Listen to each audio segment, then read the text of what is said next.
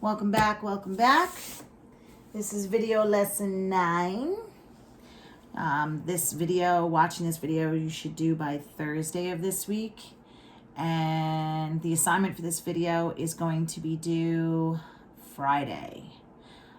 This will be a graded assignment on box plots. It's 2 questions. This video lesson number 9 is technically the review. So I gave you an assignment for video lesson 8. The assignment for video lesson 8 was the textbook handout, page 175. And I asked you to do 21 and 22 as review problems for the quiz, for the graded assignment for the next video lesson. So now I'm going to go over these 2 because that's what we would do in class. We'd review in class. So basically you're going to have one question that's a regular box plot and one that's a double box plot. Oh my God, excuse me. I hope everybody had a good Easter. I have to say, I think this was our favorite. Despite that we couldn't be with family, even though we were supposed to be at Terry's house this time. So even though we couldn't all be together, it was kind of nice to just stay home and not be stressed out with, oh, we gotta go, we gotta get dressed, we gotta do this, we gotta do that. It was a lot more relaxed. We had fun, and the girls had a blast. I made way too much food. We're still eating it. I don't know about you guys. And we Zoomed all the family on both sides, which was kind of interesting. My family was a lot of people, 3, 6, 7, 8 or 9 people spread out across the country, Chicago to Florida to here. It was completely chaotic and so funny, and I think the kids got a kick out of it. And then we tried to set up for Jimmy's family, which was kind of worked. We did it with his brothers, basically. His poor dad, bless his soul, tried for 2 hours the night before, and we couldn't get it to work. His phone and his computer, his technology is outdated, and we could not get it to work at all. But God bless him. He called right at the time when we were going to start doing it and sat there on speaker to take part. And then we had Jimmy's mom, who has an iPhone and has a tablet and has the technology, and we called her, and all she had to do was download the app. So we were walking her through downloading the Zoom app, and she couldn't remember her password to download the app. So Jimmy walked her through going into settings and changing her password, and she freaked out 2 minutes in and was like, I'm not doing this. Hung up the phone. So she didn't do it. So basically Jimmy's parents didn't do it. But I have to give his brothers credit, man. We were on Zoom with them for almost 2 hours. And Olivia and Ophelia just chewed their ears off and laughed at them and everything. It was kind of funny. Oh, excuse me. So it was interesting. So statistically speaking, can't ignore the obvious. It is confirmed after a week, statistically speaking, flattening the curve. We are in the apex. So this is supposedly the worst it's going to get. As long as we continue to stay away from people, isolate, quarantine, social distance, whatever you want to call it, we should continue on this trend, and hopefully once numbers catch up with themselves, meaning the people who have been hospitalized for the past 2-3 weeks in ICU on ventilators either die or recover, hospitalizations should go down because less people should get it. People should get better. So if less people are being hospitalized and less people being diagnosed with it, less people die. So after increasing sharply, we flatten the curve, and then everything starts to come down. So hopefully we'll be on the downtrend in the next week or 2. I fear that we may have a resurgence after Easter or the holiday weekend. I feel like it was nice out. People wandered around, went out. I feel like people are dropping their guard. I don't know about you guys, but people are like, it's fine, we're better. You have different politicians speaking different points of view. One's ready to open things back up, and the other one's saying, whoa, I don't think we're ready. So depending on who people listen to is what they're thinking, I think part of the problem is. But I know from what I observed and from what I heard, people got together on Easter. Families got together, extended families got together, which sounds like it's not that big of a deal if everybody's home quarantining in their own houses. But the problem is you don't know that you have it for 2 to 14 days. Last time we spoke, before March 12th, before school closed indefinitely, with an extended closure, it was 8 to 10 days. You could have symptoms, spread it, and not know. That was by the United Nations and the Red Cross. Now they've refined that from 2 to 14 days. Jimmy was exposed to COVID through one of his clients a week ago from today. So I'm speaking from personal experience. We are quarantined here. We're waiting it out. He's day 7 and no symptoms yet, thank God. But we have another week, and we're all in the same house here. So if he gets it, I could get it, the kids could get it. It could be serious. But he had to close his business because he can't spread it. And so he's out of work now. And we wait and we see. All right, so it's extremely frustrating to me, being very pregnant and living through this, that people got together. I want to kill them. But anyway, you can't control them, and that's the problem. So my fear is by this weekend, we might see a slight peak in numbers.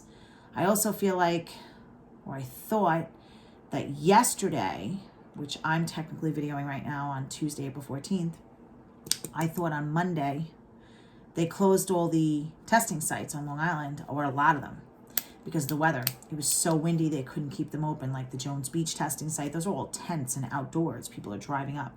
Can't test people when you have like 50 to 70 mile per hour wind gusts on the water, nonetheless. So I feel like the amount of cases dropped falsely because we weren't testing as many. The testing sites weren't open. So I also feel like that's going to skew the graph a little bit and skew the data. So just talking data to you and see what happens. Let's see. By the time you guys see this, it'll be Wednesday. You'll watch the video by Thursday and finish the 2 problems by Friday. Let's see what the weekend holds. Fingers crossed, guys, especially for you seniors. I've been saying all along, I don't think we're out for the whole year. And everybody keeps saying, we're done. I always thought mid to end May. But it kind of depends on what happens in the next week or so.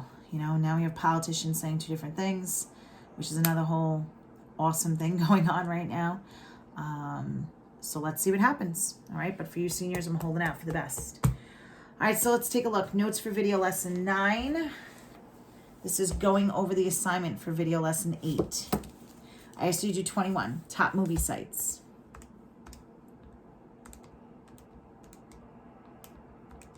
Okay. So the number of sites at which the top 9 movies based on the daily gross earnings opened in a particular week is indicated below. I wanted you to make a box plot and then discuss the shape of the distribution. That's all I'm going to ask you to do on the quiz. Construct a box plot, discuss the shape of the distribution. So I'm going to put these numbers in. And again, I can't stress enough, I gave you access to free statistical calculator, which is even easier to use than this one. It's called meta-calculator.com. I think I did this about 3 videos ago or so. All right, so there they are. All 9 of them. I'm going to go stat calc 1 for fun. If you guys are using Meta Calculator, you scroll down on the main screen and hit Statistics Calculator. You enter in the numbers, scroll down, hit Get Statistics. And it'll give you every goddamn thing you need, all of this plus some. On a graphing calculator, I'm going to scroll down. You have to write your what number summary? Your 5 number summary. Okay, so we have my min.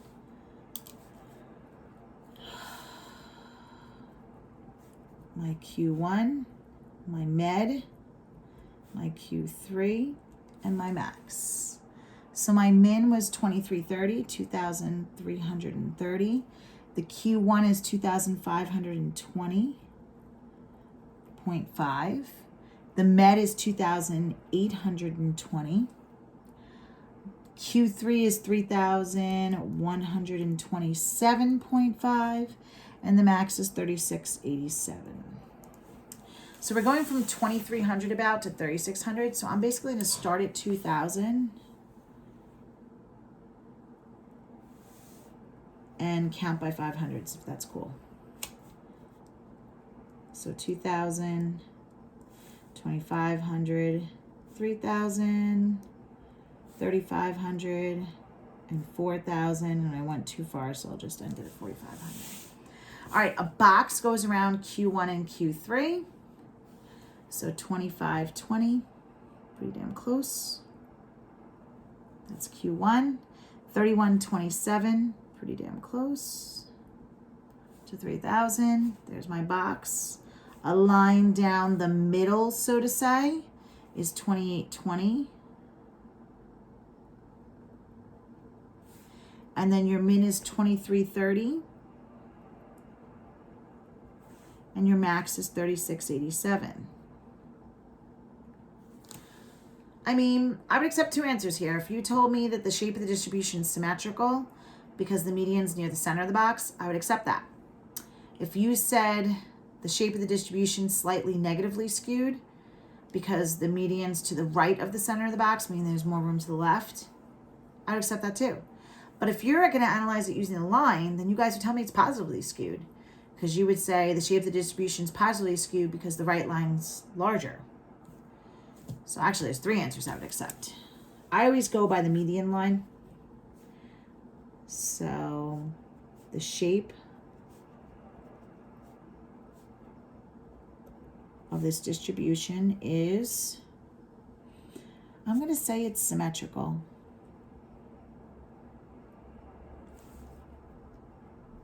Since the median is near the center of the box. All right, darlings, let's take a look at 22. 22, we have hours worked. The data shown here represents the number of hours that 12 part-time employees at a toy store worked during the weeks before and after Christmas. These are the hours of the 12 employees before Christmas. These are the hours after. Again, I want a double box plot, and I want you to analyze the data. So I want to know about the shape of each distribution and then say something about it. Compare or contrast. Again, this handout was given to you for video lesson 8. All right, so I'm going to go into stat edit. And I'm going to enter them all in. So before, I'm going to put into L1.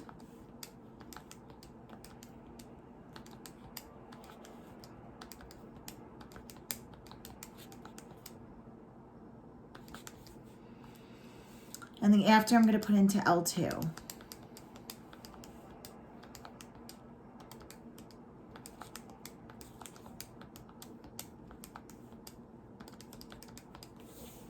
And then we're going to do them one at a time. So stat, calc, one for fun. I'll do L1 first. That's the before. And when you're doing a double box plot, you have to label everything. So I'm going to call this before, the min, Q1, the med, Q3, and the max. And I'll put the after here. The min, Q1, the med, Q3, and the max. So right now I have the numbers for the min, 5-number summary. You have to write it down. Have to label which one's which. 12, 21, 30, 33.5, and 38. And the after, I'm going to go back in here. I'm going to go stat calc 1 for fun. I'm going to change it to L2 by hitting second to enter. And there it is. If I scroll all the way down, you guys just hit get statistics and it all pops up. Not exactly in this particular order, but it's there. 12, 14.5, 18, 23, and 32. All right, so both mins are 12, and the biggest max is 38. So I'm going to start at 10 and count by twos. 10, 12, 14, 16, 18, 20, 22, 24, 26, 28, 30, 32, 34, 36, 38. Okay, remember, you got to make a number line on this one. That's going to work for both sets of data. Okay, so if the smallest number for both of them is 12, if they weren't the same, you'd want to go with the who's the smallest to who's the biggest. So 12 to 38, because 38 is bigger than 32. All right, so I'm going to start with the before mofo. I'm going to put that here. So box around Q1 and Q3, so 21.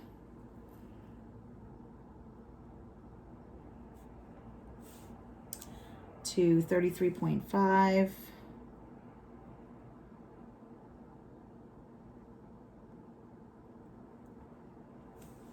Okay. And then the mid is 30. And then the min is 12. To the max is 38. And I gotta label this one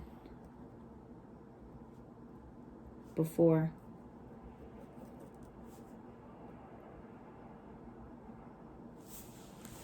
All right, the after, Q1 to Q3, so 14.5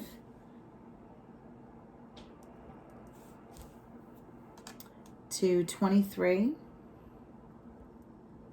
That's my box around Q1 and Q3. And then the mid is 18. And the min is 12. And the max is 32. Okay, so that's what I got for the second question. Now you have to write your excerpt on this whole thing. So, but oh, and I got to label it, sorry, after. Now, for the before Christmas, is it positive, negative, or symmetric, and why? Positive, negative, symmetric, and why? This one is negatively skewed. And I don't care if you do it by the median line or the line, the minimum line, because they're both negatively skewed. So you can say the shape of the distribution is negatively skewed since the median is to the right of the center of the box. You could say the shape of the distribution is negatively skewed since there's more space to the left of the median. I would even accept that. You could say the shape of the distribution for before Christmas is negatively skewed because the left line is larger. This one's larger than this one. Okay, so that takes care of before. Let's look at after. Positive, negative, symmetric, and why?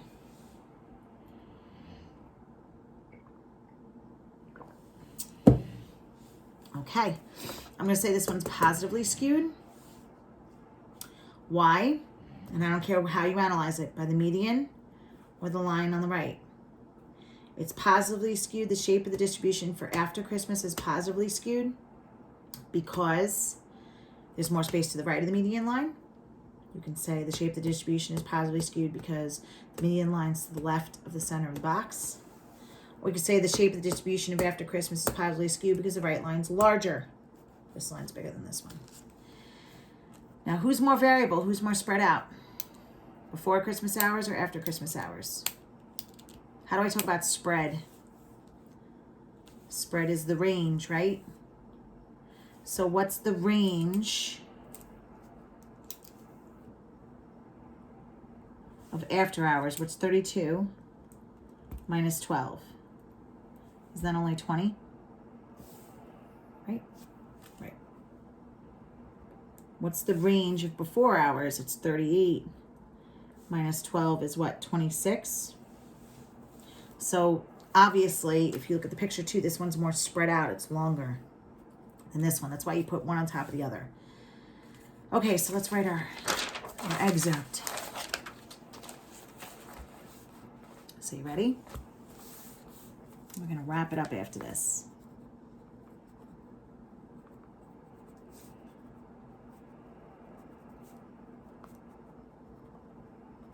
The shape of the distribution for before Christmas hours is negatively skewed.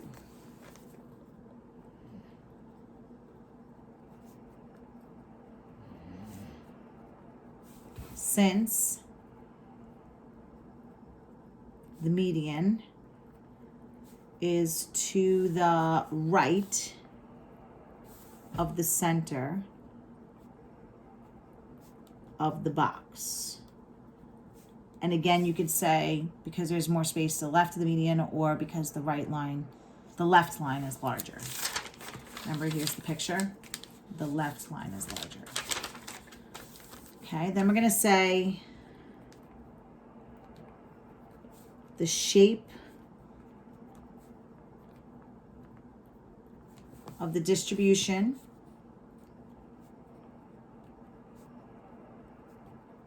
for after Christmas is, let me just double check, we said positively skewed.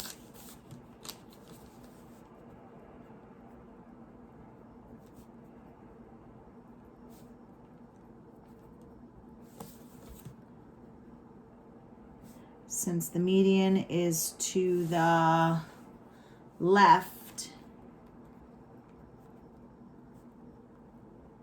of the center of the box. So again, if you look at the picture, it's more to the left of the center. You could also say there's more space to the right of the median, or you can say that the right line is larger. Now the last sentence I want to hear is say something about it. So I'm going to say the data for before Christmas hours is more variable. You can also say it's more spread out since it has a larger range. Okay, my darlings, so the shape of the distribution for before Christmas hours is negatively skewed since the median is to the right of the center of the box. The shape of the distribution for after Christmas is positively skewed since the median is to the left of the center of the box. The data for before Christmas hours is more variable or more spread out since it has a larger range. All right, my darlings, this one's short, sweet, to the point.